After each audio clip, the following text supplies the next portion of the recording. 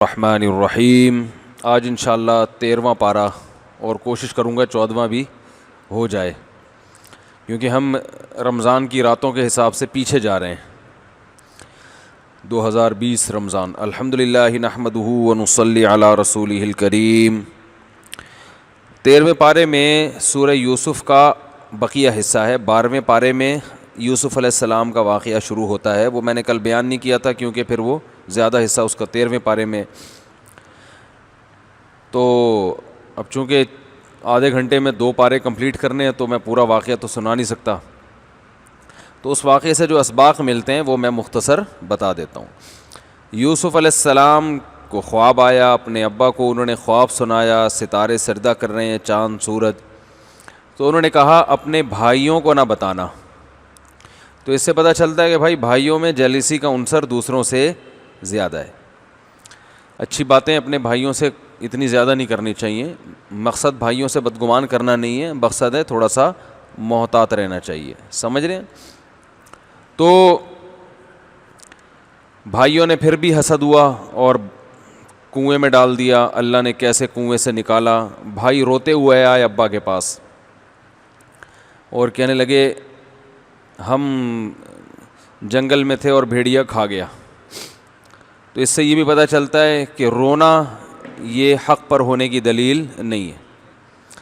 بعض خطیب بہت روتے ہیں، بات غلط کر رہے ہوتے ہیں، رو رہے ہوتے ہیں دبا کے طبیعت سے، پبلک بھی رو رہی ہوتی ہے، تو بات دیکھو کیا کر رہے ہیں، یہ صحیح بات ہے تو پھر بے شک رو لیں، اگر غلط بات کر رہا ہے تو روئے، تو جتنا روئے اتنا آپ ہنسیں اس کے اوپر کہ دیکھو یہ بات ہنسنے کی تھی مگر اس پہ محترم رو رہے ہیں، کیونکہ آج کل ہمارے ہاں رونے دھونے کو دلیل سمجھا جاتا ہے کہ اتنے نیک ہیں دیکھو رو رہے ہیں یہ، تو اللہ کے لیے رونا، صحیح بات پہ رونا اس کی فضیلت ہے، اور اگر لوگوں کو الو بنانے کے لیے رویا جا رہا ہے تو یہ فضیلت والا عمل نہیں ہے،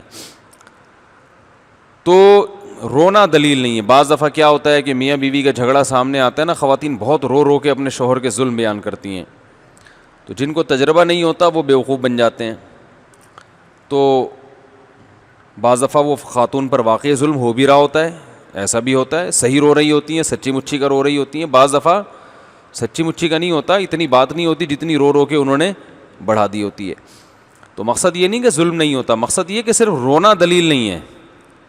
آپ انکوائری کریں، تہ تک پہنچیں، اندازہ لگائیں غلطی کس کی ہے۔ تو بچے کے دیکھیں نا، بچہ جب کوئی چیز مانگتا ہے نہیں دیتے تو دلیل تو ہوتی نہیں اس کے پاس، تو طبیعت سے روتا ہے چیخ چیخ کے، تو اس کو پتہ ہے کہ میں دلائل سے بات سمجھاؤں گا تو سمجھ میں نہیں آئے گی، رو رو کے مطالبہ منوا لو، تو یہ ہوتا ہے حساب کتاب۔ تو ایسا رونا اللہ کے سامنے رو تو اچھا ہے، پبلک کے سامنے یہ زیادہ جو ہے نا، یہ اس میں گڑبڑ بھی ہو سکتی ہے انسان۔ تو یوسف علیہ السلام کے بھائی رو رو کے آئے، انہوں نے کہا میں کیا کر سکتا ہوں بھائی، بچوں کا کیا بگاڑتے، وہ صبر کیا یعقوب علیہ السلام نے۔ پھر یوسف علیہ السلام محل میں چلے گئے، فروخت ہوتے ہوتے وہاں پر پھر بادشاہ کی بیوی آپ پہ عاشق ہو گئی، برائی کی کوشش کی مگر آپ برائی میں سے بچ نکلے، الٹا آپ ہی پر الزام ڈال دیا گیا، جیل میں چلے گئے، صبر کرتے رہے وہاں پہ، پھر بالآخر خواب کی تعبیر بتائی، صحیح نکلی، بادشاہ نے آپ کو بلایا جیل سے، تو آپ بادشاہ کے دربار میں پہنچے، بادشاہ نے کہا آج آپ کو ہمارے ہاں بہترین ٹھکانہ ملے گا۔ یوسف علیہ السلام نے اس کو قبول کیا، بادشاہ کی پیشکش کو، مزید ایک پیشکش اور بھی کر دی کہ مجھے وزیر خزانہ بنا دیں۔ تو اس سے بھی پتہ چلتا ہے کہ آج جو بعض علماء پہ درباری مولوی کے فتوے لگا کے لوگ ان کو بدنام کرتے ہیں، یہ غلط ہے۔ درباری مولوی وہ ہوتے ہیں جو اپنے مفاد کے لیے بادشاہوں سے اور صدر اور وزیر اعظم سے ملیں، اور اگر کوئی اللہ کے لیے مل رہا ہے تو وہ درباری نہیں ہے بلکہ وہ پیغمبر کی سنت ہے۔ مجھے لوگ حدیثیں بھیجتے ہیں کہ حدیث میں آتا ہے بدترین علماء وہ ہوں گے جو بادشاہوں سے ملیں گے، ایسی کوئی حدیث نہیں ہے، خود نبی صلی اللہ علیہ وسلم بادشاہوں سے آپ نے خطوط بھیجے اور سرداروں سے جا کے ملے ہیں، تو ہمیشہ سے ہر دور میں علماء بادشاہوں سے ملتے بھی رہے ہیں، کیونکہ اگر ان کو چھوڑ دیا جائے گا تو ان کی اصلاح کون کرے گا۔ تو یوسف علیہ السلام کو جب بادشاہ نے بلایا تو یہ نہیں کہا کہ میں درباری مولوی تھوڑی ہوں، بس مجھے رہائی مل گئی، مجھے دو، میں جا رہا ہوں، میں جاؤں گا جنگل میں جا کے اللہ کروں گا لوگوں میں، تم اور بادشاہ بھی کافر غیر مسلم، تو کہتے میں تو اللہ کا پیغمبر ہوں، توحید پرست ہوں، میں تمہاری آفر کو قبول کیوں کروں، میں دربار میں کیوں آؤں بھائی، تم نے کیا، بس مجھے رہائی مل گئی نا، میں جا رہا ہوں۔ گئے دربار میں، بھائی بادشاہ ہے، اس سے بنا کے رکھو گے تو بات بنی رہے گی، بہت سارے کام ہو جائیں گے. تو بادشاہ کے پاس گئے ہیں عزت احترام کے ساتھ، بادشاہ نے بھی عزت سے بات کی، آپ نے بھی عزت سے بات کی، کیونکہ حدیث میں آتا ہے انزل الناس منازلہم، لوگوں کا جو مرتبہ ہے نا ان کو وہ مرتبہ آپ کو دینا پڑے گا. کوئی غیر مسلم بھی ہے اگر وہ کسی عہدے پر ہے تو تمیز سے بات کرنی پڑے گی. یہ دنیا کا اصول ہے. تو شریعت کیونکہ دین فطرت ہے، شریعت نے بھی یہ کہا ہے کہ دنیا میں اس اصول کو تم نے فالو بولو بھائی کرنا ہے. تو حضرت انہوں نے کہا کہ آپ کو ہمارے ہاں انک الیوم لدینا مکین امین ٹھکانہ ملے گا. تو یوسف علیہ السلام نے کہا اجعلنی علی خزائن الارض، وزیر خزانہ بنا دیں. تو عہدے کا مطالبہ کرنا بھی جائز ہے اگر اپنی ذات پیش نظر نہ ہو، قوم کی خدمت. آپ کو پتہ ہے کہ نااہل لوگ چلے جائیں گے تو ہم ترقی کر کے چلے جائیں تو اچھا نہیں ہے کیا؟ جی سمجھ میں نہیں آ رہی بات یار، ایک گھنٹے سے سمجھا رہے ہیں. تو اس لیے انہوں نے باقاعدہ وزارت کا عہدہ قبول کیا. اگر یوسف علیہ السلام یہ عہدہ قبول نہ کرتے تو جب مصر میں قحط پڑا تو اپنا بھی بیڑا غرق ہوتا اس قوم کا، اور باقی دنیا بھی قحط سے مر جاتی. تو ایک مینجمنٹ آتی تھی ان کو. یہ بھی پتہ چلا کہ بھئی عہدہ بھی قبول کیا جا سکتا ہے، اور دنیاوی علم کی اہمیت کا بھی پتہ چلا. یوسف علیہ السلام نے بادشاہ سے جو عہدہ مانگا کہ مجھے وزیر خزانہ بنا دیں، تو دلیل یہ نہیں دی کہ میں اللہ کا سچا پیغمبر ہوں، میں نیک ہوں، میں نے تمہاری بیوی کے ساتھ خیانت نہیں کی. کتنے نیکی کے واقعات ہیں نا، یہ دلیل کے طور پہ پیش نہیں کیے، کیونکہ ان سب چیزوں کا وزیر خزانہ ہونے سے کوئی تعلق بولو بھائی نہیں ہے. بلکہ کہا انی حفیظ علیم، میں خزانے کا محافظ بھی ہوں، خیانت نہیں کروں گا. دوسرا علم بھی رکھتا ہوں کہ خزانوں کو کیسے تقسیم کیا جاتا ہے. اکنامکس کا علم ہے میرے پاس، معیشت کا علم ہے. اکنامکلی ایک ریاست کو اسٹرانگ کیسے کیا جاتا ہے یہ فارمولے مجھے معلوم ہیں. کہاں سے معلوم ہے؟ گاڈ گفٹڈ، لیکن ہیں. تو پتہ یہ چلا میرے بھائی حکومت چلانے کے لیے، دنیا کے سسٹم کو چلانے کے لیے نماز روزہ بھی بہت ضروری ہے مگر کافی نہیں ہے. اس لیے مسلمانوں کو سائنس اور ٹیکنالوجی کے میدان میں بھی ترقی کرنا اسی طرح ضروری ہے جیسے نماز پڑھنا، حافظ قرآن بننا، عالم بننا بولتا کیوں نہیں بھائی ضروری ہے. دونوں چیزیں ضروری ہیں. تو بعض لوگ اس طرف لڑکتے ہیں، اس کا انکار کرتے ہیں، بعض ادھر جاتے ہیں، ادھر کا انکار. بعض لوگ اس طرف چلے جاتے ہیں بس سائنس ٹیکنالوجی ہی ہے، مولوی بننے کی کیا ضرورت ہے. تو سائنس اور ٹیکنالوجی سے تم ترقی تو کر لو گے مگر انسان نہیں بنو گے. تمہیں کیا پتہ چلے گا تہذیب کیا ہوتی ہے، نکاح کس سے حلال ہے کس سے حرام ہے. گوروں کے پاس مولوی ٹائپ کی چیزیں نہیں ہوتی، تبھی زنا کرتے ہیں، نکاح نہیں کرتے. اور ہومو سیکس کو بھی پروموٹ کر رہے ہیں. ابا اماں کو جمع کرا دیا اولڈ ہوم میں، کیونکہ مولانا، کبھی سنا مولانا کلنٹن صاحب تشریف لائے ہیں، یعنی ان کے جو بھی کلنٹن ہوں گے. وجہ کیا ہے کہ ہمارے یہاں ہوتے ہیں، آپ ابا کو اولڈ ہوم میں جمع کراؤ گے، مولوی صاحب جمعے میں بیان کر دیں گے آپ کے خلاف، جہنم میں جائے گا. ہوگا کہ نہیں ہوگا؟ تو حقوق تو اس مذہب بیان کرتا ہے کیونکہ اللہ کا قانون ہے نا. تو اس لیے دونوں چیزیں ضروری ہیں. ایک صاحب نے مجھے پوچھا کہ علماء نہ ہو تو کیا ہے؟ میں نے کہا علماء نہ ہو نا تو آپ بوڑھے ہوتے ہی اولڈ ہوم میں جمع ہو جاؤ گے. شکر ادا کرو علماء ہیں جو والدین کی حقوق بیان کرتے ہیں، بیوی بچوں کے حقوق بیان کرتے ہیں، بد نظری کو برا قرار دیتے ہیں.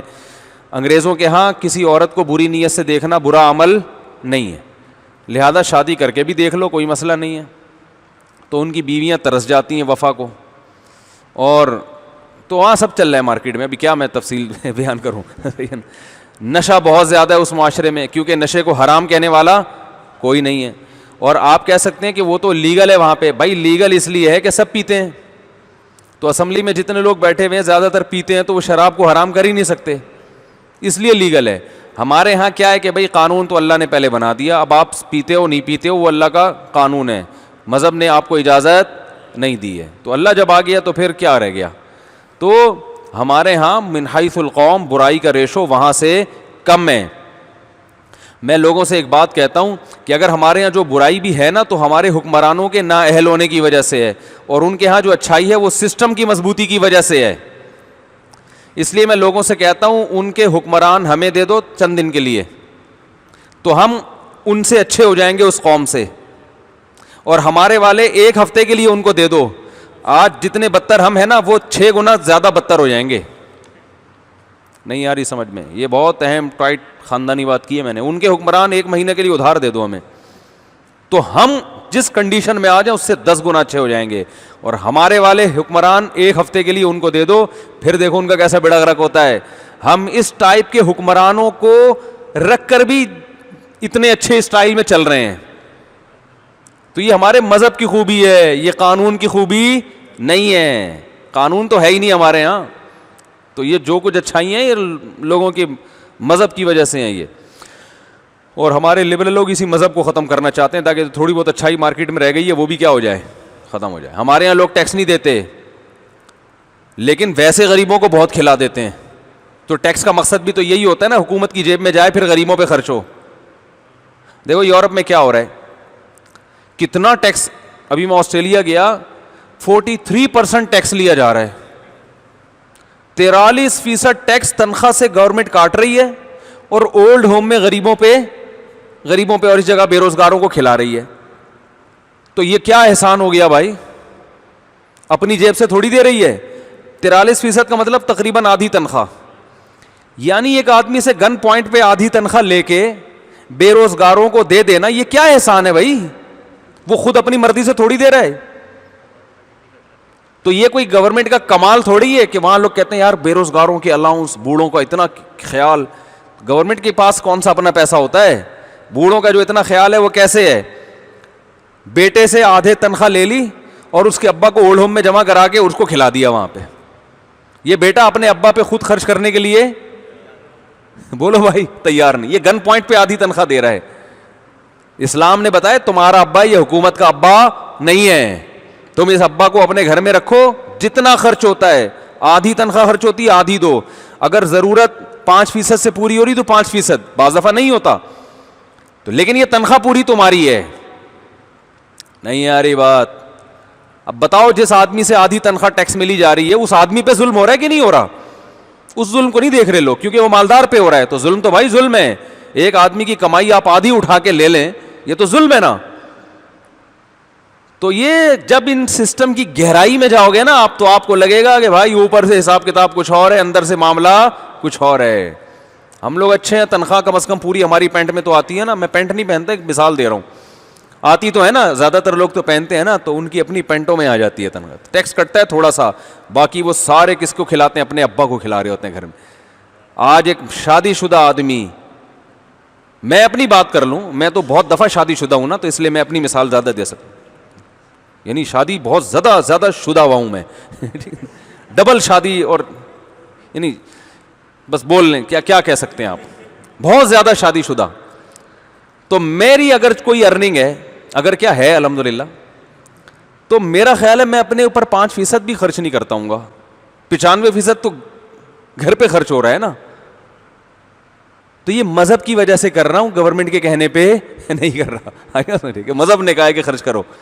اب وہ خرچے جتنے بھی بڑھ جائیں, اب اگر میں کسی غیر مسلم ریاست میں ہوتا تو حکومت مجھ سے 50% ٹیکس لیتی اور بچوں کو کھلا رہی ہوتی یا بے روزگاروں کو کھلا رہی ہوتی. سمجھتے ہو کہ نہیں سمجھتے؟ تو یہ اچھا نہیں ہے. اسلام نے کہا کہ بھائی تم ان عورتوں سے نکاح کرو اور تم ان کو کھلاؤ, ان سے پیدا ہونے والی اولاد کو تم اپنی جیب سے کھلاؤ. اور اولاد تو کم بخت روزگار پہ بھی آ جائے نا, پھر بھی ابا سے پان گٹکے کے پیسے مانگتے ہی رہتے ہیں. یعنی بے روزگار ہونا بھی ضروری نہیں ہے, روزگار کے باوجود ابا کھلاتا ہی رہتا ہے ان کو. ابا جب کھلانا بند کرتے ہیں جب ابا ریٹائر ہوتا ہے اور پیسے ختم ہو جاتے ہیں, پھر اولاد ابا کو کھلاتی ہے.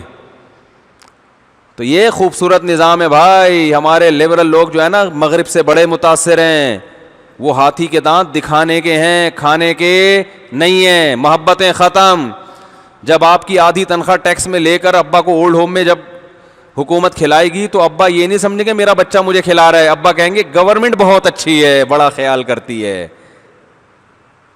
نہیں یاری بات؟ تو گورنمنٹ سے رشتہ مضبوط ہوگا جو صرف ایک فرضی چیز ہے. انسانوں کا آپس میں رشتہ مضبوط نہیں ہوگا. سمجھتے ہو کہ نہیں سمجھتے؟ ہمارے آپس میں رشتے مضبوط ہو رہے ہیں جو نیچرل لائف ہے. گورنمنٹ کا کام تو محض ایک مینجمنٹ ہے, انتظام کے, کوئی کسی پہ ظلم نہ کرے, صرف گورنمنٹ کا یہ کام ہوتا ہے. تو اس لیے میں کہتا ہوں بھائی سسٹم جو ہمارا اسلام ہے وہ رہنے دو, حکمران وہاں سے لے, کیونکہ قانون جو بھی ہے نافذ ہے سختی سے. تو ہمارے یہاں جو اسلام کا قانون ہے نافذ نہیں ہے. نافذ ان سے کروا لو کہ بھائی تم آؤ, تم ذرا سختی کرتے ہو, گڑبڑ نہیں کرتے تو نافذ کر دو, اور یہ والے ہمارے جو ہے نا حکمران ان کو ادھار دے دیں. میں ادھار اس لیے کہہ رہا ہوں کہ وہ پکے پکے تو لیں گے نہیں کبھی یہ ان سے کہا یار ایک ہفتہ ٹرپ ٹرائی کے لیے, تمہیں اندازہ ہو جائے گا ہماری قسم پرسی کا کہ ہمارا کتنا بڑا ظرف ہے برداشت کر کے بھی ہم گزارا کر رہے ہیں, زندہ ہیں, ہنستے کھیلتے زندگی گزار رہے ہیں. تو ابھی صبح کیا ہوا ہے, کتے کتنے ہو گئے ہیں کراچی میں, ہے نا. ان کو این جی اوز نے مارنے پر پابندی لگائی, بھی کوئی انسانیت ہے؟ کتے مارنے پر پابندی یار, کہ جانوروں کے حقوق. اور اتنے کے ایم سی والے ہمیشہ سے یہ کرتے رہے, ایک قانون تھا کہ کتوں کی تعداد جب بڑھتی وہ مارتے ہیں کتے, اور یہ حدیث سے بھی ثابت ہے. مدینہ میں جب کتوں کی تعداد بڑھتی تھی آپ صلی اللہ علیہ وسلم حکم دے دے صحابہ کو مارو تاکہ کنٹرول میں رہیں. اب اتنے بڑھ گئے ہیں کتے, مارنے پر پابندی. میں نے کہا کے ایم سی والے مارتے کیوں نہیں؟ کہ پابندی ہے بھائی این جی اوز نے, کتوں کے حقوق. اور یہ کتے پاگل ہو کے انسانوں کو کاٹ رہے ہیں, کئی حادثات ہو رہے ہیں. لاڑکانہ میں ابھی کل آج فجر میں بتایا کتنے پاگل کتے کے کاٹنے کے کیسز ہسپتالوں میں آ رہے ہیں. گاؤں دیہاتوں میں تو ان کو تو ویکسینیشن کا پتہ ہی نہیں ہوتا, وہ تو بچے مر جاتے ہیں. ہاں جی ہاں, یہاں بھی نہیں ہے. تو اور بائکوں کے نیچے کتے آ کے ایکسیڈنٹ کا ذریعہ بن رہے ہیں, گاڑیوں کے نیچے آ کے گاڑیوں کے ایکسیڈنٹ ہو رہے ہیں. مگر جی این جی اوز کی طرف سے کتا مارنے پر کیا ہے؟ جانوروں کے حقوق. انسان جائیں بھاڑ میں معذرت کے ساتھ, اور جانوروں کے حقوق. تو صبح فجر کے بعد اتنے سارے کتوں کا پورا ایک پروگرام چل رہا تھا ہمارے گھر کے باہر. وجہ اس کی یہ کہ اتنے سارے ہو گئے ہیں تو بعض کتے کو ان کو نیشنلٹی دینے کے لیے تیار نہیں ہے. یعنی کتوں میں تو ایسا زبردست بارڈر کا نظام ہوتا ہے نا کہ اس گلی کا کتا یہ یہاں کا مقامی کتا ہے, یہ یہیں پیدا ہوا تو اس کو ایکسیپٹ کر لیا جاتا ہے. ساتھ والی گلی کا کتا ادھر آئے گا تو سارے کتے پن پہ آ جاتے ہیں پھر.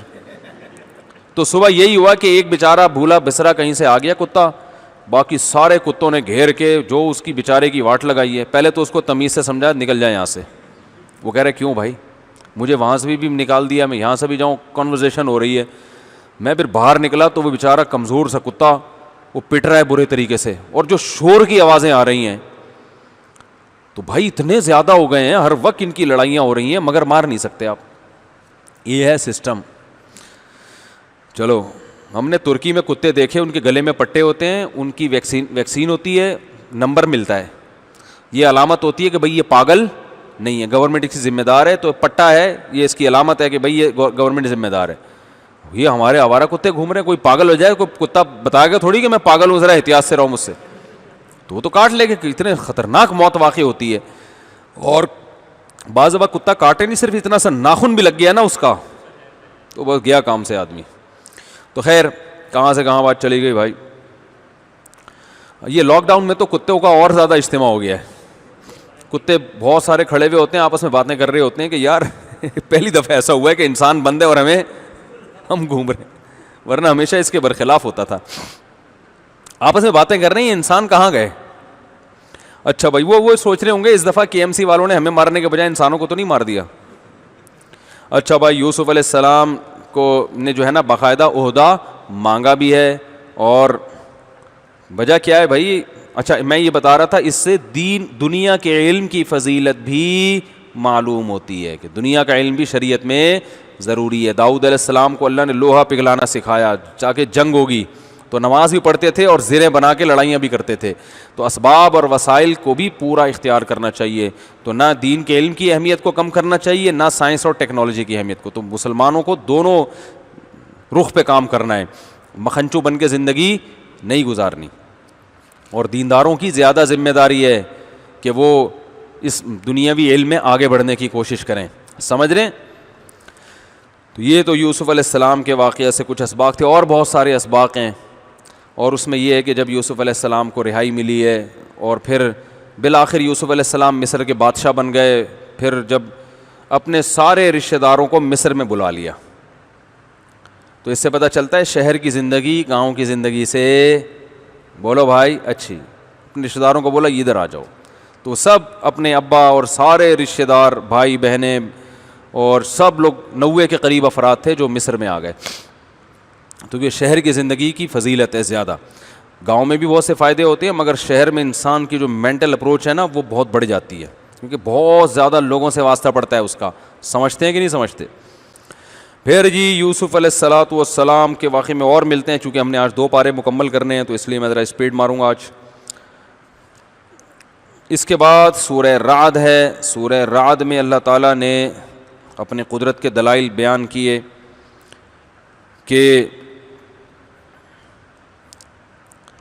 کیسے اللہ تعالیٰ نے جو ہے نا آسمان کو بنایا بغیر ستون کے، مد الارض زمین کو پھیلا دیا اور ہر طرح کے پھل اس میں پیدا کر دیے. اور کیا ہے، سنوان وغیر سنوان یسقى بماء واحد، ایک پانی ہے انگور کو، پودے کو بھی وہی، انگور کی بیل کو، انار کو بھی وہی، کھجور کو بھی وہی، ایک پانی، ایک کھاد، ایک مٹی، لیکن پھل کیسے مختلف قسم کے پیدا ہو رہے ہیں، ان کے ذائقے مختلف، ان کے رنگ مختلف. یہ ساری اللہ کی قدرت کی دلیلیں ہیں. اس میں اللہ نے یہ بھی فرمایا ان اللہ لا یغیر ما بقوم حتی یغیروا ما بانفسہم، اللہ اس قوم کی حالت اس وقت تک نہیں بدلتا جب تک وہ اپنی حالت خود نہ تبدیل کر لے. تو اس سے پتہ چلتا ہے دعا مانگنا بھی ضروری ہے، اسباب اختیار کرنا بھی ضروری. خود کوشش کرو گے تو ہوگا، ورنہ بیٹھے رہو آرام سے. وظیفے پڑھنے سے نہیں ہوتا. ایک خاتون نے کہا میرا میاں ایسا، میرا میاں ویسا، میرا میاں یوں، میرا میاں یوں. میں نے کہا اگر آپ سچ بول رہی ہیں تو اس میاں سے پہلی فرصت میں علیحدگی اختیار کر لو. اتنا ظالم آدمی، سال سال کا خرچہ نہیں دے رہا اور گھر میں نہیں رکھتا، اپنے اماں کے گھر ہی بیگم کو رکھا ہوا ہے، وہیں رہو. تو پھر کیا کرنا ہے بھائی؟ اور حالانکہ کما بھی رہے. تو انہوں نے کہا نہیں مجھے کوئی وظیفہ بتا دیں تاکہ ٹھیک ہو جائے. میں نے کہا ٹھیک ہے، چند سال ضائع کیے تو 2-4 سال وظیفوں میں اور ضائع کریں. جب بڈھی ہو جاؤ گی تو پھر ویسے ہی کوئی طلاق کے بعد بھی کوئی شادی نہیں کرے گا. اسی طرح اب ایسا نہ ہو کہ خواتین بلا وجہ اپنے میاؤں کو چھوٹی چھوٹی باتوں پہ خلا لینا شروع کر دیں، وہ غلط ہے. لیکن ہر چیز کو گراؤنڈ ریئلٹی دیکھ کے فیصلہ کیا کریں. مہلت تجربہ بھی ایک حد تک ہوتا ہے. ماں باپ بڑا ظلم کرتے ہیں، مار رہا ہے، پیٹ رہا ہے داماد، ہر طرح کا ظلم کر رہا ہے، لیکن بس نہیں جی وہ دعا کر رہے ہیں ٹھیک ہو جائے گا. دعائیں کرتے رہیں لیکن فیصلے جو کرنے ہیں، کسی چرسی کا رشتہ آیا کرے تو قبول کر لیا کریں اس امید پر کہ بھائی چرسی ہے، ہم دعا کریں گے شادی کے بعد ٹھیک ہو جائے گا. تو دیتے ہیں کوئی رشتہ ایسے، ہیروئن چی ہے، وہ پائپ کے نیچے بیٹھ کے ہیروئن پیتا ہے، تو آپ نے رشتہ اس لیے دے دیا. وہ خود حیران ہو رہا ہے مجھے کیوں رشتہ دے دیا. بھائی آپ کو اس لیے دے دیا کہ شادی ہو جائے گی تو ہم دعا مانگیں گے، انشاءاللہ 27ویں رات میں دعا ہماری قبول ہوگی اور آپ ہیروئن پینا چھوڑ دیں. اور بھائی دعا قبول ہو نہ ہو تو یہ والے انداز سے ہو یا کسی اور انداز سے ہو، تو وہ تو دعائیں تو مانگنی ہے، لیکن زمینی حقائق کو سامنے رکھ کے فیصلہ کیا جاتا ہے. بھائی ہیروئن چی، ہاں سمجھ رہے ہیں نا، ہیروئن چی اس قابل نہیں ہے کہ اس کو اتنا فری کرایا جائے. اس کو بولو پہلے چھوڑ دو، توبہ کر لو، اور ہمیں پتہ چل جائے کہ تم نے ہمیشہ کے لیے چھوڑ دی ہے. اور توبہ تو اللہ قبول کرتا ہے، وہ دل کی حالت جانتے ہیں، ہم دل کی حالت نہیں جانتے. تو 1 سال تک ہم دیکھیں گے پائپ کے اندر تم نظر نہیں آئے ہمیں، پھر ہمیں یقین ہو جائے گا کہ آپ نے پکی توبہ کر لی ہے، پھر ٹھیک ہے. تو اللہ نے اہل ایمان کی صفات بیان کی، یوفون بعہد اللہ ولا ینقضون المیثاق، عہد کو پورا کرتے ہیں، ایگریمنٹ کو، وعدے نہیں توڑتے. اور بہت ساری اللہ نے صورت میں اہل ایمان کی صفات کو بیان کیا. اللہ نے شیطان کے مکالمے کا تذکرہ کیا. جب جہنم میں چلے جائیں گے نا جہنمی، تو شیطان کہے گا کہ اللہ نے تم سے سچا وعدہ کیا تھا جہنم کا، اور میں نے تمہیں لمبی لمبی امیدیں دلائی تھیں کہ بھائی جہنم کچھ نہیں ہوتا اور وہ دیکھا جائے گا، اللہ غفور رحیم ہے. تو بتاؤ میں نے جو امیدیں دلائی تھیں وہ پوری اتری یا اللہ نے جو وعدے کیے تھے؟ تو لوگ کہیں گے کہ جو ہے نا کہ اللہ کا جو وعدہ تھا وہ کیا ہوا سچا. تو اب شیطان کو ملامت کریں گے. شیطان کہے گا کہ میں تمہیں زبردستی گمراہ نہیں کیا تھا، میں نے تمہیں زبردستی گمراہ نہیں کیا تھا، تو میں تمہیں آج اللہ کے عذاب سے نہیں بچا سکتا، میں خود اس عذاب میں مبتلا ہوں. تو اللہ اس دن سے پہلے ہمیں ہدایت نصیب فرما دے. اللہ نے کلمہ طیبہ کی بڑی پیاری مثال دی ہے اس میں، کلمہ توحید کی. ابراہیم علیہ السلام کا تذکرہ کیا کہ کیسے ابراہیم علیہ السلام نے مکہ کے لیے دعا مانگی تھی، اللہ اس بیابان زمین کو آباد کر دے. تو کیسا آباد کیا اللہ نے ان کی دعا کی برکت سے کہ پوری دنیا سے لوگ چلے آ رہے ہیں. اس کے بعد 14واں پارہ ہے. اس 14ویں پارے میں اللہ نے فرمایا کہ یہ جو اللہ کے نافرمان خوب عیش و عشرت کی زندگی گزار رہے ہیں، ان کی عیش کو دیکھ کر متاثر نہ ہو. یود الذین کفروا لو کانوا مسلمین، جب یہ آخرت کا عذاب دیکھیں گے تو کہیں گے کاش ہم اللہ کے فرمانبردار بن کے زندگی گزارتے. اس میں بھی اللہ نے اپنی قدرتوں کو بیان کیا.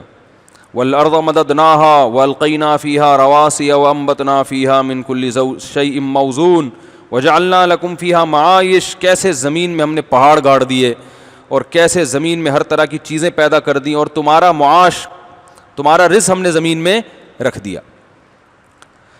تو وارسلنا الریاح لواقح, ہوا کیسے بھاری بھرکم بادلوں کو لے کے چلتی ہے پانی سے بھرے ہوئے. ایک ایک بادل میں نا سینکڑوں ٹینکروں کے برابر پانی ہوتا ہے.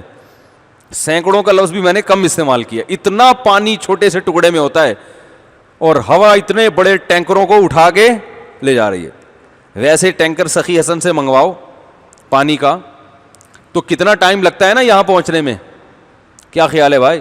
اللہ بارش کے ذریعے ایسے لاکھوں گیلن کروڑوں گیلن پانی ہواؤں میں, ہوا کو کہتا ہے, یہ ہوا کو ویسے بولو یہ ٹینکر اڑا کے لے لائے گی, لیکن یہی ہوا سمندر سے اتنا پانی اٹھا کے اللہ کی قدرت کی دلیل بنتی ہے. جاؤ لے جا کے برساؤ پانی, اور دنا دن بارش ہوتی ہے, زمین میں پانی جاتا ہے, پیداوار اگتی ہے. اللہ فرماتے ہیں یہ اس کی قدرتیں ہیں, یہ آٹومیٹیکلی خود بخود نہیں ہو رہا. اگر یہ خود بخود ہو رہا ہے نا تو یہ سسٹم آٹومیٹک مشین بھی تو کوئی کسی نے بنائی ہوتی ہے نا. سائنسدان کہتے ہیں تو خود بخود ہو رہا ہے, سورج کی گرمی سے پانی ابلتا ہے, پانی اوپر جاتا ہے تو پھر ہوا سے یوں جاتا ہے, پھر یوں جا کے یوں برس جاتا ہے, ویکیوم بنتا ہے تو یوں ہو جاتا ہے. تو یہ جو پورا سسٹم بنایا گیا ہے یہ سسٹم آٹومیٹک تھوڑی بن سکتا ہے. او بھائی آٹومیٹک مشین تو زیادہ پیچیدہ ہوتی ہے, اس کو بنانے والے زیادہ ماہر سائنسدان ہوتے ہیں. ایک مینول مشین خود سے وجود میں نہیں آ سکتی, آٹومیٹک کیسے آ سکتی ہے؟ نہیں آ رہی سمجھ میں؟ آپ کی آ رہی ہے, سائنسدانوں کی نہیں آ رہی سمجھ میں. تو اللہ تعالیٰ نے یہاں یہ بھی بیان کیا. پھر اللہ تعالیٰ نے اس میں دوبارہ قوم لوط علیہ السلام کا واقعہ بیان کیا جو کل کے بھی آیا تھا نا, کہ لڑکوں سے بدفعلی کیا کرتے تھے اور لوط علیہ السلام نے ان کو سمجھایا, ان کی سمجھ میں نہیں آیا. اللہ نے فرمایا کہ لوط علیہ السلام کیسے پریشان تھے, انہا اولائی ضیفی فلا تفضحون, یہ میرے مہمان ہیں مجھے رسوا مت کرو, اللہ سے ڈرو. تو قوم جواب میں کہتی ہے ہم نے آپ کو منع نہیں کیا تھا اپنے گھر میں مہمان کو مت آنے دیں, آپ نے کیوں, جب آپ کو ہماری عادتوں کا پتہ تھا تو مہمان کو گھر میں داخل ہونے دیا کیوں؟ انہوں نے کہا میری قوم کی بیٹیاں, ان سے نکاح کرو. اللہ فرماتے لعمرک انہم لفی سکرتہم یعمہون, اے محمد صلی اللہ علیہ وسلم ہمیں آپ کی عمر کی قسم, وہ نشے میں مدہوش تھے, انہیں لوط علیہ السلام کی قسم پرسی اور ان کی جو قابل ترس حالت ہے اس پہ ذرا بھی ترس نہیں آ رہا تھا. انسان جب نشے میں, شہوت کے نشے میں ہوتا ہے نا, اور جب ظلم پہ اترتا ہے تو پھر وہ سامنے والے کو نہیں دیکھتا کہ کیا ہے.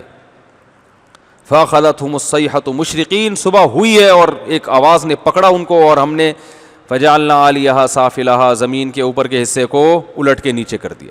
تو اللہ کو لڑکوں سے بدفعلی کی بیماری سے بہت شدید نفرت ہے, اس لیے اس کو اللہ نہ کرے کوئی اس بیماری میں مبتلا ہے فوراً چھوڑ دے, اور چھوڑنے کے بعد وہ تمام اسباب سے دور رہے جو اس بیماری کے قریب لے کے جاتے ہیں, کیونکہ عادت خراب ہو گئی نا. دیکھیں انسان کی نیچر یہ ہے ہی نہیں کہ اس کی طبیعت لڑکے کی طرف جائے, کتنا ہی خوبصورت لڑکا ہو, کبھی کسی انسان کی طبیعت نہیں جاتی.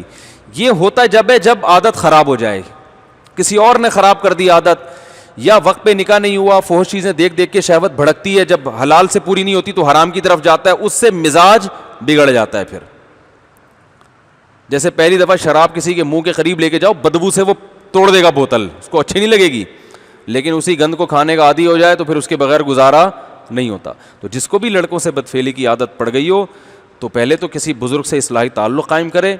ہمارے ہاں بزرگ الحمدللہ ہوتے ہیں, بعض لوگوں کے ہاں تو بزرگ کا سلسلہ ہی ختم ہو گیا.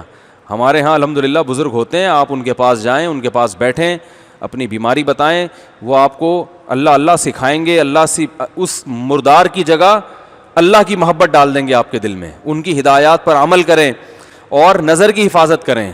جس سے کوئی ایسا عشق ہو گیا اس کے کبھی قریب مت جائیں, اس کا کبھی تصور مت کریں.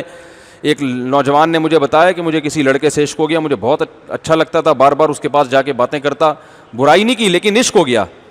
کہہ رہے جب مجھے اللہ کا خوف پیدا ہوا نا تو میں نے اس سے بولا کہ یہ اب دوبارہ مجھ سے کبھی ملنے کے لیے نہیں آنا. کہہ رہے ہیں وہ پھر آنے لگا تو میں نے ایک تھپڑ لگا دیا اس کی. بظاہر غیر اخلاقی حرکت ہے مگر یہاں تھپڑ اللہ کو بہت پسند ہے. ٹھیک ہے نا, تمیز سے مان نہیں رہے بھائی, میں نے آپ کو بول دیا کہ آپ مجھ سے ملاقات کے لیے نہ. ایسے موقع پہ تھپڑ لگانا ہوتا بڑا مشکل ہے, لیکن جو اللہ کے لیے, اس تھپڑ کی بات میں تلافی کر لیں کسی اور طریقے سے. اول تو تلافی کی ضرورت نہیں, جب بتا دیا بھائی نہیں ملاقات کرو, آپ کی وجہ سے مجھے نقصان ہو رہا ہے, میری صحت خراب ہو رہی ہے, میرا ایمان خراب ہو رہا ہے, ہمارا آپس کی دوستی کا تعلق کیا ہے, ختم. کو ہوتے ہیں وہ تو چپکتے ہیں, تو لگا دو ایک کھینچ کے اس کو تھپڑ, بولو دفع ہو یہاں سے. جب بول دیا ایک بات تو سمجھ میں کیوں نہیں آ رہی. تو یہ بڑا دل گردے کا کام ہے, دل پہ آرے چلیں گے, مگر یہ قربانی اللہ کے لیے, اس پہ اللہ آپ کو دنیا میں بھی بہت نوازے گا اور آخرت میں تو نوازے گا ہی. اللہ کو قربانی پسند ہے, میرے لیے قربانی کیا دیتے ہو, سمجھتے ہو کہ نہیں سمجھتے؟ قربانی دو اللہ کے لیے. علماء کہتے ہیں لڑکی کا عشق اتنا خطرناک نہیں ہے کیونکہ وہ نیچرل ہے, اس پہ نکاح کے ذریعے پوری ہو سکتی ہے خواہش. لڑکے کا عشق یہ تو کبھی بھی خواہش پوری نہیں, یہ تو نیچرل ہی نہیں ہے. آپ کو شہد کھانے کا دل چاہتا ہے, پیسے نہیں ہے جیب میں, لیکن دل بہت چاہ رہا ہے, تو بھائی پیسوں کا انتظام کا مشورہ دیا جائے گا نا. لیکن اگر گوبر کھانے کا دل چاہ رہا ہے تو بھائی شہد کا تو دل چاہ رہا ہے, وہ نیچر ہے. منع اس لیے کیا جائے گا جب پیسے نہیں ہیں تو بھائی صبر کرو, نہیں دیکھو شہد کی طرف, یہی ہوگا نا. لیکن گوبر کھانے کا دل چاہ رہا ہے تو جتنے بھی پیسے ہیں آپ کے بھنگی اور چمار ہونے کی علامت ہے, یہ کبھی بھی حلال نہیں ہو, تو آپ خود گندے ہو گئے ہو. تو اللہ نے نکاح کا راستہ رکھا ہے بھائی, وقت پہ شادی ہو جائے نا انسان ان گندگیوں سے بچ جاتا ہے, اور شادی نہیں ہوتی تو بس بہت سارے مسائل کھڑے ہوتے ہیں. اور آج کل والدین بہت اچھے ہیں لیکن ان کو بچوں کی ان اخلاقی برائیوں کی ذرہ برابر, اکثر والدین کو جو خاص طور پہ میرا بیان سن رہے ہیں ان کے علاوہ جتنے بھی والدین دنیا میں پائے جاتے ہیں, ان کو اپنے بچوں کی اخلاقی تربیت کی پرواہ آج کل نہیں ہوتی. ہوتی ہے بہت سو کو ہوتی ہے لیکن بہت سو کو نہیں ہوتی, اور ان کو حالات کا علم بھی نہیں ہے کہ معاملہ معاشرہ جا کدھر رہا ہے, وہ اپنے زمانے پر قیاس کر رہے ہیں. تو اس لیے اگر اللہ نے آپ کو گنجائش دی ہے مالی تو ابا کو بتاؤ ابا میری شادی کر دیں, اماں میری شادی کر دیں, میں اس میں مرا جا رہا ہوں, پاگل ہو رہا ہوں, باولا ہو گیا ہوں, دماغ خراب ہو رہا ہے اور گناہ کے خیالات آ رہے ہیں. اگر وہ کر دیں تو وہ اچھے ابا ہونے کی علامت ہے, نہیں کریں تو کورٹ میرج بھی کر کے ان کو بتائیں. لڑکی کے ابا راضی ہو, لڑکیوں کو پٹانا نہ شروع کر دیں کیونکہ اس میں لڑکیوں کو نقصان ہوتا ہے. جب ایسے ارینج میرج نہیں ہوتی نا تو پھر وہ لڑکے کیا کرتے ہیں, جب اپنی خواہش پوری ہوئی تو پھر وہ کوئی فیملی تو ہوتی نہیں ہے, لڑکی کو پھر ایک عبرت کا نشان بنا دیتے ہیں. ایسے بہت سے کیسز آئے ہیں. تو میں لڑکیوں کو کبھی یہ نہیں کرتا شدید مجبوری کے بغیر کہ وہ کورٹ میرج کی طرف جائیں. لیکن لڑکا کما رہا ہے اور ابا اماں شادی نہیں کر رہے اس کی, تو ابا اماں کو اس کی اجازت نہیں ہے اپنی اولاد کو روکنے کی. وہ آپ کے خرچے پہ تھوڑی کر رہا ہے, وہ خود اپنے خرچے پہ کر رہا ہے. تو سمجھائیں, نہیں مانتے تو میرے بھائی زنا کی طرف مت جاؤ, شادی کرو. ابا اماں کو بتا دو کہ ابا ہم نے بہت کوشش کی آپ کو منا کے کریں لیکن آپ نہیں مانتے, تو اللہ پہلے ہے ابا بعد میں. اللہ نے اجازت دی ہے تو میں نے شادی کر لی. بد اخلاقی نہ کرو ان کے ساتھ, بدتمیزی نہ کرو, اور پھر تپڑ کی طرح یعنی تپڑ بھی دکھاؤ, جم بھی جاؤ اس پہ. بعض لوگوں نے ایسا کیا 30 سال کے ہو گئے تھے, ابا شادی پہ راضی نہیں ہو رہے تھے, تو وہ انہوں نے شادی کر کے ابا کو بتایا. ابا نے جب لگائے کھینچ کھینچ کے, رشتہ داروں نے بائیکاٹ کیا, خودکشی کر لی. تو ایک آدمی نے ایسے خودکشی کی, اس کی بیوی کا فون آیا میرے پاس, ہائے میرا میاں تو مر گیا. میں کبھی بھی خودکشی کرنے والے پہ تو ترس کھاتا ہی نہیں ہوں الحمدللہ. اللہ نے مجھے یہ گاڈ گفٹڈ کہہ لیں یا کچھ بھی کہہ لیں, مجھے کبھی خودکشی کرنے والے پہ ترس, چاہے بھوک سے کی ہو چاہے ناکام عشق میں کی ہو. کیونکہ اللہ نے اگر خودکشی مجبوری ہوتی نا انسان کی تو جائز ہو جاتی خاص مواقع میں. تو یہ جائز نہ ہونا, حرام ہونا, لوگ کہتے ہیں مجبوری ہے, تو بغیر مجبوری کے کون خودکشی کرتا ہے؟ اسلام میں جو خودکشی حرام ہے, جس پہ اللہ کو غصہ آتا ہے, وہ وہی خودکشی ہے جو مجبوری میں کی جائے. تو آپ اپنے آپ کو مجبور سمجھ رہے ہوتے ہو, اللہ آپ کو مجبور نہیں سمجھتا. تو انہوں نے محترم نے کیا کیا, جب خاندان کا دباؤ آیا گھبرا گئے, یار یہ کیا ہو گیا, تو وہ خودکشی کر لی. تو ان کی بیگم چیخ و پکار, میرے پاس فون آیا, لوگ مجھے سمجھتے ہیں کہ میں سب کا ابا ہوں اور سب کو جو ہے میں دلاسے دوں گا, اور شادیوں کے معاملے میں خاص طور پہ. تو وہ خاتون کا فون آیا, میرے میاں نے مجھ سے شادی کی تھی, گھر والے راضی نہیں تھے اور گھر والوں نے اس پہ دباؤ ڈالا کہ اس کو طلاق دو, تو وہ اگر مجھے طلاق دیتے تو میری نگاہوں میں گر جاتے. بیوی تانے دیتی کہ جب دم نہیں تھا تپڑ نہیں تھا تو یہ کام کیا کیوں, تو پہلے سوچنا چاہیے تھا. اور اگر طلاق نہیں دیتے تو ابا اماں اور پورا خاندان ایک طرف. تو انہوں نے پرچہ لکھا کہ میں ہمیشہ ہمیشہ کے لیے اس دنیا سے جا رہا ہوں, اور میں اپنے والدین کا میں بہت چلے گئے. تو وہ خاتون رو رہی تھی. میں نے کہا شکر کرو اولاد نہیں ہے ابھی اور آرام سے جان چھوڑ گئی. صحیح ہے نا ٹھیک ہے نا, آرام سے کیونکہ بھائی نکاح کرنا اس آدمی کا کام ہے جو امی سے پوچھ پوچھ کے اگر چلے گا نا. بعض دفعہ امی کا تو بہت بڑا حق ہے بھائی, لیکن بیوی کا حق ادا کرنے کے لیے امی سے نہیں پوچھنا پڑتا. ایک صاحب نے بتایا کہ میری بیٹی کے لیے رشتہ آیا ہے, لڑکا بہت ماں باپ کا فرما بردار ہے. میں نے کہا بہت نیک ہے. کہہ رہے کوئی بات امی سے پوچھے بغیر نہیں کرتا. میں نے کہا تو نیک ہونے کی علامت ہے, لیکن اس میں اس بات کا خطرہ ہے کہ پھر آپ کی بچی کے حقوق بھی امی سے پوچھے بغیر ادا نہیں کرے گا. تو امی کا بھی لیبارٹری ٹیسٹ کروا لو کہ ان کے گھر میں اگر کوئی دوسری بہویں ہیں تو ان کا سلوک ان کے ساتھ کیسا ہے, کیونکہ بعض دفعہ امی اپنے بیٹے کو بہو کا حق ادا نہیں کرنے دیتی. تو پھر یہ جو مسئلہ ہوگا نا, بیگم کا دل چاہے گا آج میرا پیزا کھانے کا دل چاہ رہا ہے, کہے گا امی کھلا دوں. ٹھیک ہے, تو پھر ساس بہو کے کیا شروع ہو جائیں گے, بولو بھائی, جھگڑے. ماں کا تو بہت بڑا حق ہے. میں یہ نہیں کہہ رہا امیوں کے نافرمان بنے, ماں تو ماں ہوتی ہے بھائی, اس کو تو قدموں میں گر جاؤ, لیکن ماں کے کہنے کے پہ کسی کے ساتھ ظلم بھی تو جائز نہیں ہے نا. تو بعض مائیں جو میرا بیان نہیں سن رہی, وہ یہ کرتی ہیں کہ وہ ظلم کرواتی ہیں بہوؤں کے اوپر. ہوتا ہے ہمارے معاشرے میں, بعض بہویں جیسے ساسوں پہ ظلم کرتی ہیں کہ نہیں کرتی. بعض بہویں ساسوں پہ ظلم کرتی ہیں, ساس سے تمیز سے بات نہیں کرتی, وہ بیچاری کوئی خدمت کا کہتی ہے تو کرتی نہیں ہے, اس کی زندگی حرام کر دیتی ہیں, ادب احترام نہیں کرتی.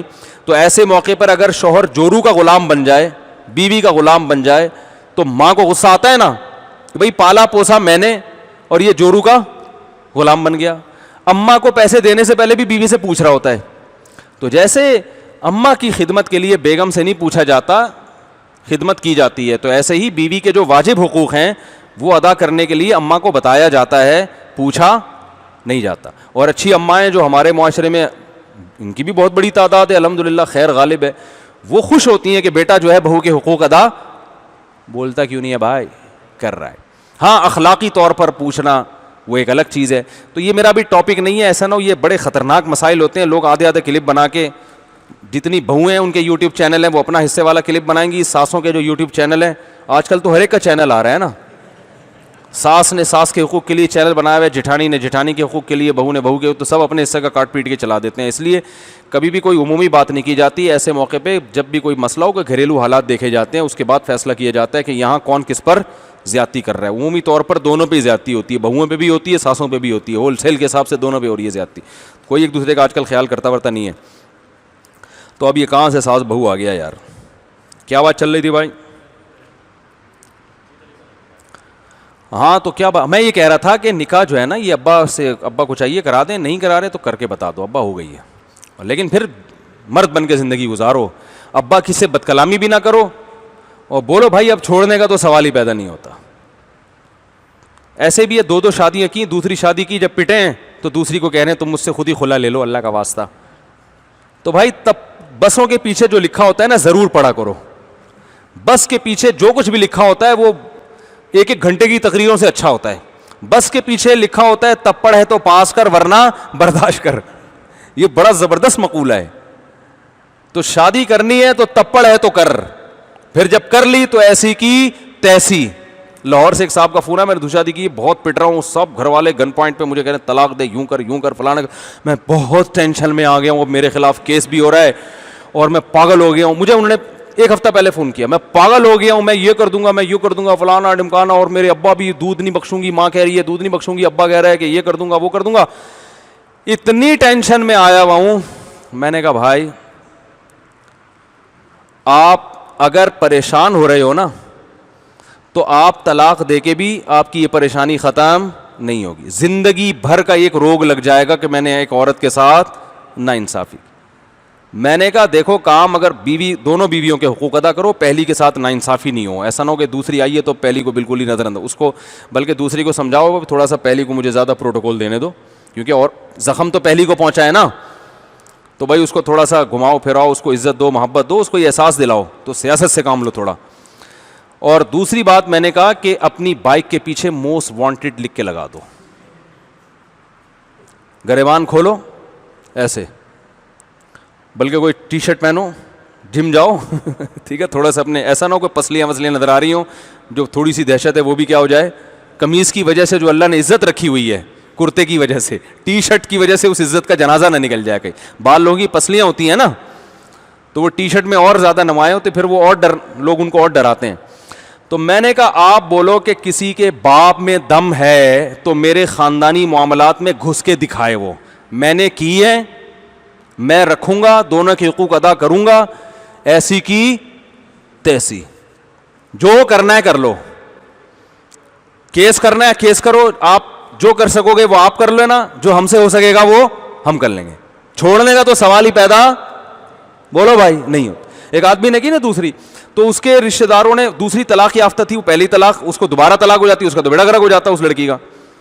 تو پہلے والے رشتہ داروں نے داماد پہ اتنا دباؤ ڈالا, وہ کہیں میرا منجا ہوا تھا نا, میرے بیان سنتا تھا, میں نے اس کو سمجھایا ہوا تھا. تو پتہ ہے کیا کہتا ہے, انہوں نے کہا ہم تمہیں قتل کر دیں گے. اس نے کہا بھائی یہ چاپڑ لو, میرے قتلے بنا دو, کاٹ کے نا قتلے بنا دو, جب تک جان ہے نا خون کا ایک قطرہ بھی ہے, میں طلاق کا لفظ ہی زبان سے نکالوں گا, ایسی کی تیسی. میں نے کہا یہ معاشرہ اس طرح سے جینے والوں کو جینے دیتا ہے, اور یہ جو بھیگی بلی بنے ہوئے نا ٹھٹرے ہوئے, دیکھیں وہ پتہ کیا کر رہا تھا, دوسری کی ہے ایکچولی, اصل میں وہ مسئلہ میرے ساتھ یہ تھا کہ وہ پہلی بیگم جو ہے نا, وہ اصل میں وہ مجھے کچھ مسائل تھے, وہ کھانا نہیں پکاتی تھی. تو ابے میں نے کہا بھائی بہت اچھی بیوی ہے, یوں بولو, اتنی اچھی بیوی ہے کہ کسی کو ایسی بیوی ملی نہیں ہے. لوگ بولیں پھر کیوں کی, تیرے پیسوں سے کی ہے, تجھے کیا تکلیف ہو. بیوی پھٹا کرے سمجھ میں آتا ہے,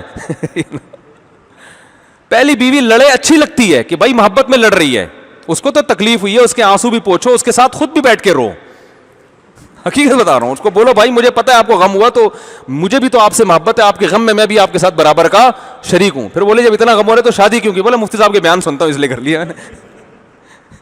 یہ نہیں بولو اللہ نے اجازت دی ہے بھائی گھر بسانا ہے, عورتیں طلاق یافتہ بیوہ اتنی معاشرے میں ہو گئی ہیں, تو گھر تو بسانا ہے نا, اللہ کا حکم ہے اس لیے کر لی ہے. تم سے محبت میں کمی نہیں ہے, پہلے سے بھی زیادہ محبت ہو, اور دو بھی محبت اس کو عمل سے دکھاؤ. لیکن بھائی طلاق ولاق کا نہیں ہوتا, بولے کیا جاؤ جس کی ایسی کی تیسی, جس نے جو اکھاڑنا ہے اکھاڑ لے. میں نے جب دوسری کی تھی نا, تو کسی نے میرے اوپر اعتراض کیا ہمارے ایک دوست کے سامنے, مفتی کو دیکھو کیا ہو گیا, شادی کر رہا ہے. تو اس نے کہا آپ کی بچی کے لیے پیغام بھیجا مفتی صاحب نے, جو آپ کو اتنی ٹینشن ہو رہی ہے. وہ کہنے کیسی باتیں کر رہے ہو, کہہ رہے بھائی جی آپ کی بچی کے لیے پیغام بھیجا ہوتا تو بھی ٹینشن کی ضرورت نہیں تھی, انکار کر دیتے. وہ جس کی بچی سے کر رہے ہیں ان کو تکلیف نہیں ہے, نہ آپ سے پیسے لے رہا ہے, آپ کو پتہ نہیں کیوں پیٹ میں مروڑ ہو رہا ہے. تو میں یہی بتا رہا تھا کہ بھائی حلال کی طرف نہیں جاؤ گے تو قوم میں حرام پھیلے گا, اس لیے نکاح کرو. زنا سے تو بہتر ہے چھپ کے نکاح ہی کر لو, سمجھ رہے ہو, زنا سے بہرحال بہتر ہے کہ چھپ کے. اگر ایسا کیس میرے سامنے آتا ہے نا, لڑکا لڑکی زنا کر رہے ہیں, تو میں ان سے فوراً کہتا ہوں آپ چھپ کے نکاح کر لو. میں ویسے کبھی چھپ کے نکاح کو پروموٹ نہیں کرتا, اس کے نقصانات زیادہ ہیں, فائدے کم ہیں. لڑکی کو زیادہ نقصان ہوتا ہے, کیونکہ کوئی فیملی انگیج ہوتی نہیں, لڑکا ظلم کرنا شروع کرتا ہے اور پیچھے کوئی ہوتا نہیں اس کا پوچھنے والا, پھر لڑکا چھوڑ چھاڑ کے بھاگ جاتا ہے.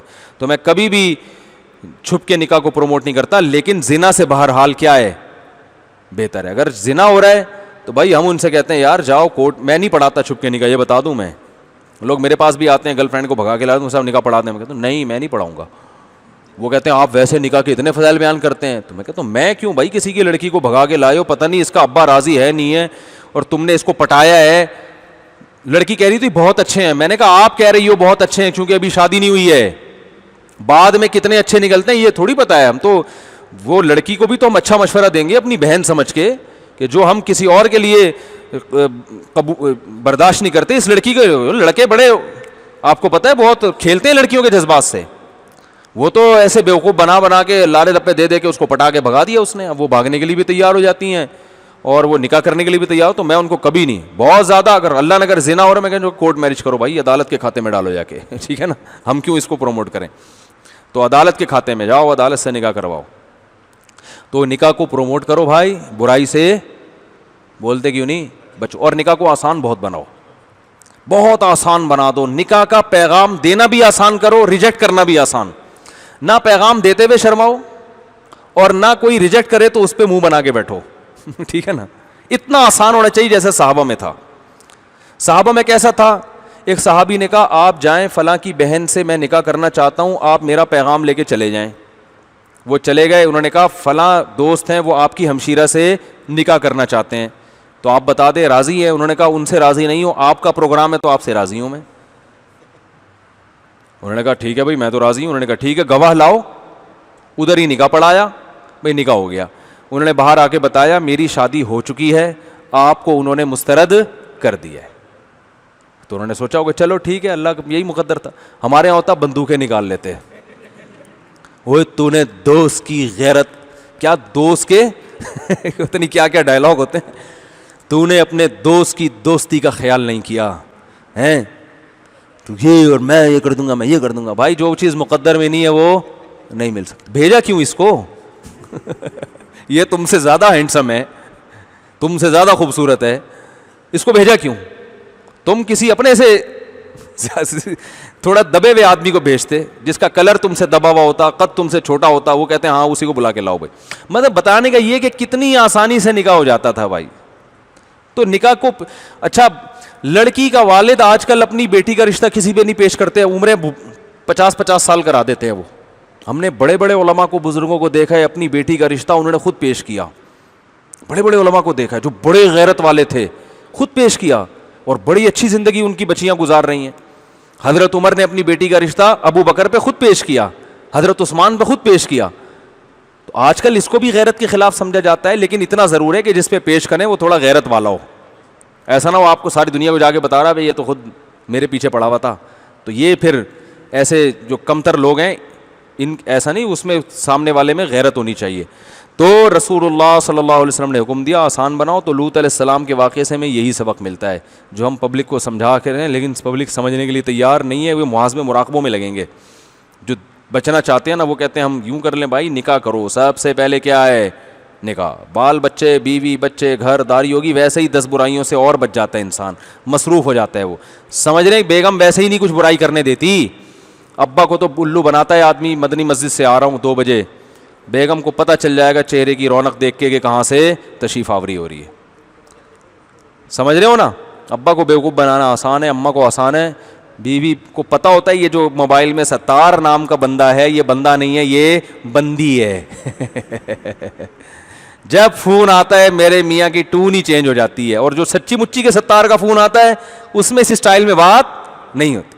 ایک عورت نے کہا میرے میاں کے بعد جب لڑکیوں کا فون آتا ہے ایک دم ایسے آرام سے محبت سے بات کرتے ہیں, دوستوں کا فون آتا ہے کہتے ہیں بھائی جلدی کرو یار, اتنی لمبی کیوں بات کر رہے ہو, فون کاٹو.